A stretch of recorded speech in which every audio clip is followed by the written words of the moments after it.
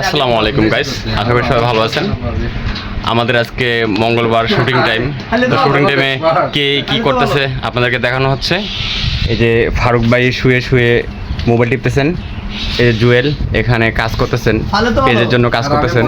এই যে ইন্টুদা, উনি আমাদের ইন্টুদা আলু ভর্তা করতেছে, আলু ভর্তা করতেছে, হ্যাঁ মরিচের চারা ভাঙতেছে।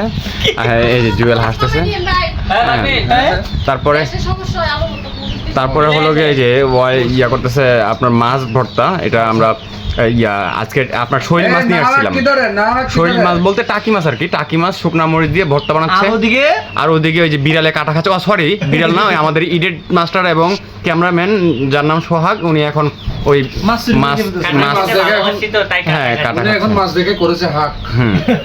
তো এইটাই তো ইন্টুদা খুব ভালোভাবে আলু ভর্তা বানায়। এই যে আবার হাত চাটতেছে, ওই ভুল করবেন না, ভুলে কাজ করবেন না। এই যে দেখেন আজকে কিন্তু আমাদের শুটিং টাইম ছিল, হ্যাঁ দুপুরে খাবার জন্য আসছে। আমাদের এই জায়গায় আজকে ভালো আইটেম আছে, খানার আইটেম, এটা না বললি না।